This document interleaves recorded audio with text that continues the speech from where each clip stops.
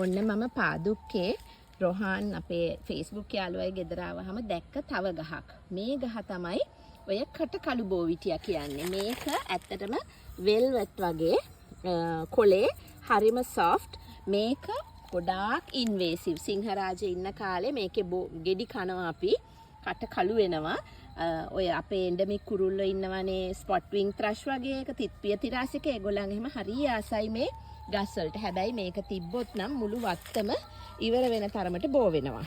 ඒ එක බෝවිටියා එකක්. මෙන්න තව බෝවිටියා එකක්. මේ තමයි මහ බෝවිටියා. මේක නම් ඉන්වේසිව් නෑ. මේකේ මලත් ලස්සන දම් පාටක්. ඒ වගේම මේකේ ගෙඩියත් ස්ට්‍රෝබෙරි ගෙඩියක් වගේ රවුමට බීක්කු ගැලවෙනවා. ස්ට්‍රෝබෙරි නම් නෙමෙයි. බීක්කු ගැලවෙන ගෙඩියක් තියෙන්නේ. හරි රහයි. අපි හරියට කනවා ඉස්සර කැලේදී. ඒක අපේ ගහක්. ඒකම ඉතින් පොඩි සිඤ්ඤෝ මරන් තියෙනවා. ගොඩක් මේකත් ඉන්වේසිව්. හැබැයි ඉතින් හොඳ පොහොරක්.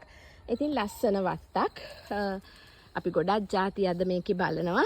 අපි අද ආවා මේ රොහාන්ලගේ වත්ත බලන්න. ගොඩාක් ගස් ಜಾති දකිනවා. ඉතින් අර තමයි ඉස්සෙල්ලා කතා කරපු බැදි දෙල් ගහ.